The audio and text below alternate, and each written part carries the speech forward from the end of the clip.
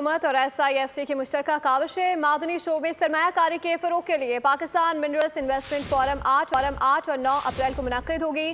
Forum में शिरकत के लिए गैर मुल्की सरमायाकार पाकिस्तान पहुँचने लगे हैं। 8 और 9 अप्रैल पाकिस्तान दुनिया की तवज्जो का मरकज होगा। मादनी शोबे में सरमायाकारी के फ़रोग़ के लिए पाकिस्तान मिनरल्स इन्वेस्टमेंट फोरम मुनक़्क़िद होगी। फोरम में वज़ीर आज़म और आर्मी चीफ ख़ुसूसी खिताब भी करेंगे।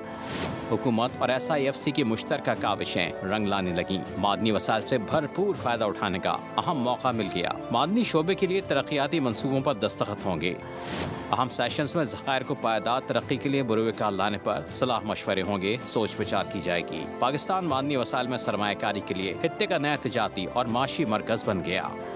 फोरम में शिरकत के लिए गैर मुल्की सरमायाकार पाकिस्तान पहुँचने लगे। एशियन डेवलपमेंट बैंक की डिप्टी डायरेक्टर और चीन जियोलॉजिकल सर्वे का वफ्द इस्लामाबाद में मौजूद है। आला अमरीकी वफ्द एरिक माइस की सरबराही में इन्वेस्टमेंट फोरम में शिरकत करेगा।